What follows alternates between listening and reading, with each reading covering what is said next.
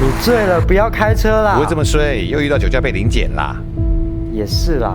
妈妈，爸爸会喜欢这生日蛋糕吧？当然喽，宝贝女儿买什么，爸爸都开心。没想到我的生日变成女儿的忌日。对不起，是我的错，我没有好好保护孩子。他才12岁啊，人生才要开始。大家都知道不能酒驾，他为什么明知故犯，害死我的女儿？他一再的喝酒开车，为什么死的不是肇事者？为什么是无辜的人？这样公平吗？难道没有办法阻止吗？时间无法倒转，事后的道歉下跪又能改变什么？从7月1日起，酒驾新制上路，面对这些屡犯酒驾肇事者，要加重处罚。酒驾5年内再犯，第2次违规运具是汽车，罚12万元，机车9万元。第3次开始，以前次处罚金额再加9万元，累计无上限。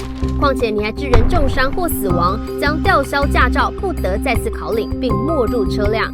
还有，你酒精浓度还超过每公升0.25毫克以上，已触犯了刑法公共危险罪，且致人死亡，可处3年以上10年以下有期徒刑。若是你5年内曾犯酒驾公共危险罪，又在酒驾致人死亡，最高可处无期徒刑。不仅如此，同车乘客连坐处罚，将一并被处600元到3000元罚款。酒驾与恶的距离，现实只有1毫米。